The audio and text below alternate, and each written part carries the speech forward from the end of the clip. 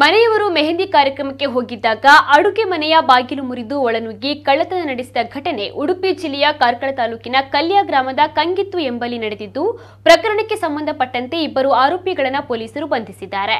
ಬಂಟ್ವಾಳ ಅರಂಬೋಡಿ ಕಾಂತರಬೆಟ್ಟು ನಿವಾಸಿ 34 ವರ್ಷದ ಪ್ರಸಾದ್ ಹಾಗೂ ಕಳ್ಳತನಕ್ಕೆ ಸಹಕರಿಸಿದ ಆರೋಪದಲ್ಲಿ 39 ವರ್ಷದ ಶಿಬಾ ಎಂಬಾಕೆ ಬಂಧನಕ್ಕೆ ಒಳಗಾದ ಆರೋಪಿಗಳಾಗಿದ್ದಾರೆ.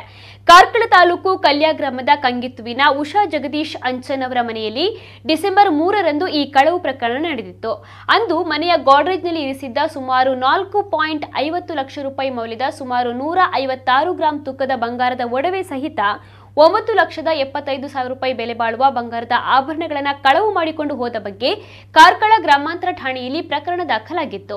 ತನಿಖೆಯನ್ನು ನಡೆಸಿದ ಪೊಲೀಸರು ಬಂಧಿತರಾದ ಇಬ್ಬರು ಆರೋಪಿಗಳಿಂದ ಕಳ್ಳತನವಾಗಿದ್ದ 9,75,000 ರೂಪಾಯಿ ಮೌಲ್ಯದ 216 ಗ್ರಾಂ ಬಂಗಾರದ ಒಡವೆಗಳು ಮತ್ತು 77 ಗ್ರಾಂ ತೂಕದ ಬೆಳ್ಳಿಯ ಒಡವೆಗಳನ್ನು ವಶಪಡಿಸಿಕೊಂಡಿದ್ದಾರೆ.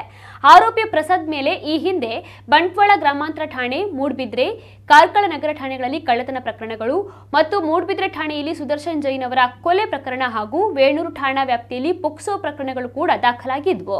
ಇನ್ನು ಮನೆಯ ಮಾಲಕಿ ಉಷಾ ಅಂಚನ್ ಹಾಗೂ ಕಳ್ಳತನಕ್ಕೆ ಸಹಕರಿಸಿದ ಶಿಬಾ ಹಲವು ವರ್ಷಗಳ ಸ್ನೇಹಿತರಾಗಿದ್ರು. ಕಳ್ಳತನವಾದ ದಿನ ರಾತ್ರಿ ಇಬ್ಬರು ಜೊತೆಯಾಗಿ ಪರಿಸರದಲ್ಲಿ ನಡೆದ ಮೆಹಂದಿ ಕಾರ್ಯಕ್ರಮಕ್ಕೆ ಕೂಡ ನಡೆದುಕೊಂಡೇ ಹೋಗಿದ್ರು. ಮೊದಲೇ ಯೋಜನೆಯನ್ನು ರೂಪಿಸಿದ ಶಿಬಾ ಸಂಬಂಧಿ ಪ್ರಸಾದ್ಗೆ ಕಳವು ಮಾಡಲು ಸೂಚನೆ ನೀಡಿದ್ಲು. ಆಕೆಯ ಮಾಹಿತಿಯನ್ನು ಆಧರಿಸಿ ಮನೆಯೊಳಗೆ ಹೋದ ಆತ ಕಳ್ಳತನಗೈದಿದ್ದ.